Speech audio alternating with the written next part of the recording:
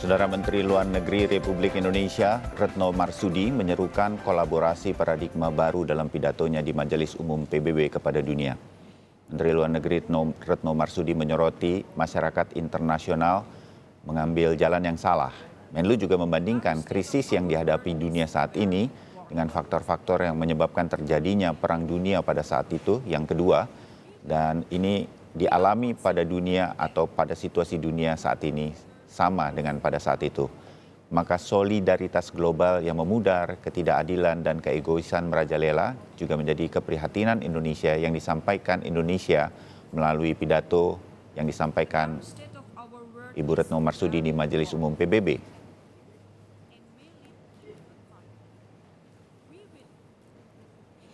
Dan saudara, apa saja sebenarnya yang menjadi sorotan Indonesia yang disampaikan Indonesia di sidang Majelis Umum PBB yang ke-77 di New York, Amerika Serikat. Kami pagi ini terhubung dengan Menteri Luar Negeri Republik Indonesia Retno Marsudi. Ibu, selamat pagi waktu Indonesia, selamat malam waktu New York, Amerika Serikat. Ibu Retno. Selamat pagi Indonesia, selamat malam dari New York, Mas Bayu, semoga sehat. Sama-sama Ibu, semoga sehat selalu. Ibu Retno, baru saja disampaikan imbauan, saya ikut mendengarkannya secara langsung dari Indonesia kepada dunia. Begitu persepsi saya di dalam sidang Majelis Umum PBB. Tapi sebenarnya apa yang ingin disampaikan Indonesia kepada dunia melalui pidato yang Ibu sampaikan di sidang Majelis Umum, Bu Retno?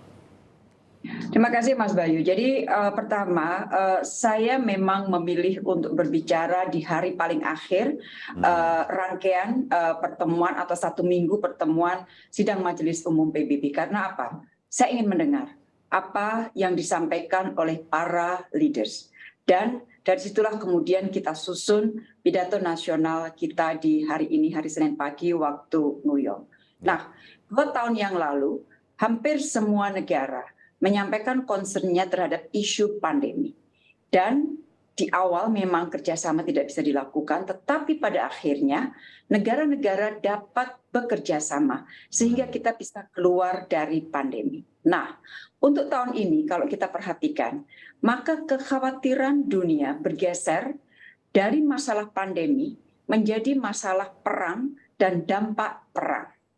Dampak perang kita lihat, krisis energi, krisis pangan, krisis pupuk, dan juga menekan keuangan negara-negara, terutama negara-negara berkembang.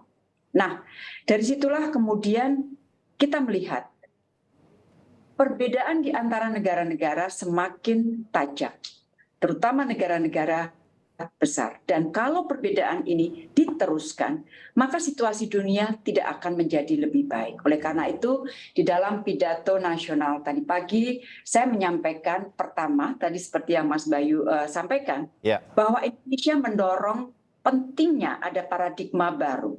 Apa yang dinamakan paradigma baru ini adalah kolaborasi, win-win cooperation, kerjasama yang saling menguntungkan, dan juga engagement yang bersifat inklusif. Kemudian yang kedua, kita juga tidak terlepas dari posisi kita sebagai Presiden G20. Dan kita mendorong G20 tetap bekerja dan masing-masing negara memiliki tanggung jawab untuk bekerja sehingga G20 dapat memenuhi harapan dunia internasional sebagai katalis pemulihan ekonomi global. Yang ketiga sekaligus kita gunakan sebagai media untuk menyampaikan visi Indonesia untuk keketuaan ASEAN tahun depan. Yang keempat, kita lihat Indo-Pasifik. Indo-Pasifik, ASEAN ada di tengah Indo-Pasifik, dan apa yang kita inginkan dari Indo-Pasifik sebagai kawasan yang sangat strategis. Disinilah kita juga memberikan prioritas kepada kerjasama dengan negara-negara Pasifik Selatan. Dan tentunya kita juga menyampaikan di dalam pidato tadi pagi beberapa isu di mana Indonesia berkontribusi besar. Antara lain masalah Afghanistan, masalah Palestina. Demikian Mas Bayu. Iya. Ibu Retno, jelaskan sedikit, menarik bahwa Ibu menerapkan strategi menurut saya secara diplomasi. Ibu menunggu di bagian terakhir untuk mendengarkan negara-negara lain. Banyak orang termasuk harian Kompas juga menyatakan sidang Majelis Umum PBB kali ini juga amat penting bagi langkah-langkah yang akan diambil para pemimpin dunia beberapa waktu ke depan, karena inilah masa yang sangat krusial. Nah, yang ditawarkan Indonesia, Ibu Retno, sebagai paradigma baru, imbauan ini kepada seluruh negara, termasuk Indonesia tentu di dalamnya, dan dicontohkan dengan kunjungan Presiden Jokowi. Ibu sampaikan di dalam sambutan juga mengunjungi Moskow dan Kiev dengan menawarkan paradigma baru ini. Apa yang menjadi keyakinan Indonesia bahwa paradigma baru ini sebenarnya adalah langkah yang paling tepat, langkah yang paling mumpuni untuk mengatasi segala masalah dunia yang sedang memanas geopolitiknya, agar kita tidak kembali mengalami perang dunia kedua. Karena situasinya menurut Ibu dalam sambutan atau pidato Ibu tadi pagi di New York, itu mirip sama suasana dunia menjelang perang dunia kedua. Optimisme Indonesia mengenai imbauan ini, Bu Retno. Jadi secara lugas, saya di pidato nasional Indonesia menyampaikan, kita tahu situasinya, kita tahu pilihannya. Ada dua pilihan. Kalau kita akan membiarkan cara kerja, cara kita berhubungan satu sama lain seperti ini, maka kita tahu kita sedang menuju sebuah kebencanaan, sebuah bencana besar dunia. Tetapi kalau kita ingin menghindari bencana besar tersebut, ada pilihan lain, yaitu bekerja sama. Ya. Bekerja sama. Karena dengan bekerja sama itu, perdamaian akan terwujud dan kemakmuran dunia akan juga terwujud. Nah, disitulah saya sampaikan di dalam pidato. Pilihan ada dua, tergantung pada kita. Apa yang akan kita pilih? Nah, di situ juga saya sampaikan bahwa banyak sekali para negara-negara anggota PBB berbicara di dalam pertemuan, banyak sekali yang mereka komitmenkan, termasuk komitmen untuk bekerja sama. Tapi di lapangan kita melihat ada kesenjangan antara apa yang disampaikan di dalam ruangan dengan apa yang ada di lapangan. Misalnya mengenai masalah kasus atau isu Palestina. Komitmen besar di dalam ruangan ternyata berbeda dengan situasi yang ada di lapangan. Oleh karena itu himbauan saya juga cukup jelas di akhir pidato saya. Marilah kita jembatani gap antara apa yang kita sampaikan dengan apa yang kita lakukan. Jangan hanya bicara. Talk to talk, Ibu bilang. Ya. To talk, jadi ngomong doang. Ya. Marilah walk the talk. Apa yang kita omongkan, kita jalankan. Ya, Ibu Retno, tergambar. Satu yang ingin saya sampaikan juga kepada pemirsa Sapa Indonesia Pagi atau Kompas TV hari ini. Indonesia ini memiliki peran yang besar belakangan ini.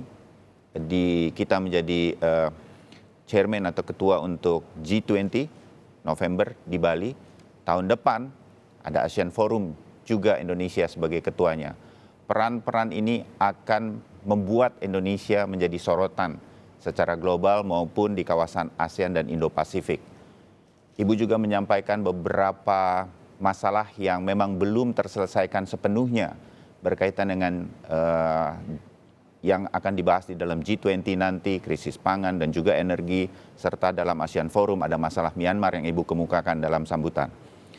Apakah dengan disampaikannya hal ini di dalam pidato Indonesia di sidang Majelis Umum PBB ini, beberapa masalah untuk G20, kita masih menunggu seberapa banyak negara yang akan hadir dan berkomitmen untuk pesan-pesan yang sudah disampaikan Indonesia dan juga ASEAN Forum terhadap Myanmar utamanya, ini akan terdorong menuju ke arah-arah yang lebih positif di mana Indonesia menjadi ketuanya. Ibu Retno. Dalam 1 minggu ini saya berbicara dengan hampir semua negara anggota G20. Satu persatu saya bicara dengan mereka. Memang dari pembicaraan tersebut ada 2 hal yang muncul yang sebenarnya kita sudah tahu semua.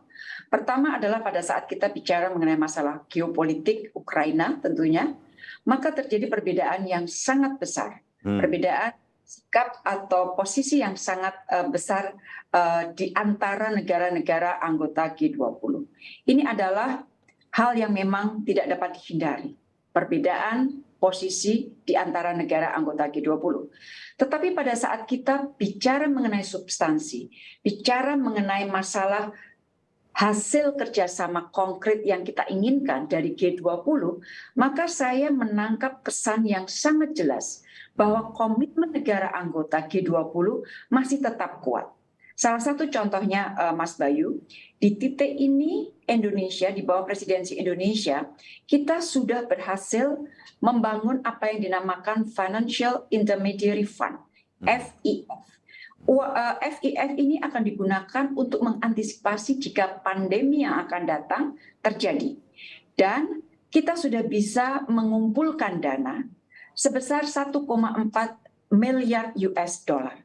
Saya hanya ingin mengambil satu dari banyak contoh ini untuk mengatakan bahwa terlepas dari situasi geopolitik, ada komitmen negara-negara G20 yang sudah sangat konkret. Jadi kita sekarang sedang satu persatu kita konkretkan untuk kemudian kita kumpulkan, dan ini akan menjadi hasil dari G20. Memang dari sejak awal yang membedakan Indonesia dengan presidensi yang lain adalah dari sejak awal kita bicara mengenai concrete deliverables. Jadi hasil yang konkret yang tidak saja untuk negara anggota G20, tetapi utamanya adalah untuk negara berkembang. Itu mengenai G20. Kemudian mengenai ASEAN. ASEAN kita mengalami dua tantangan. Tantangan eksternal, tantangan internal. Eksternal terkait dengan situasi geopolitik yang tidak mudah. Internal, salah satu tantangannya adalah mengenai masalah Myanmar. Kita serius akan membantu Myanmar. Tetapi kita juga menyampaikan pesan, help me to help you. Kalau Myanmar tidak membantu kita, akan sulit kita juga bagi kita untuk membantu Myanmar.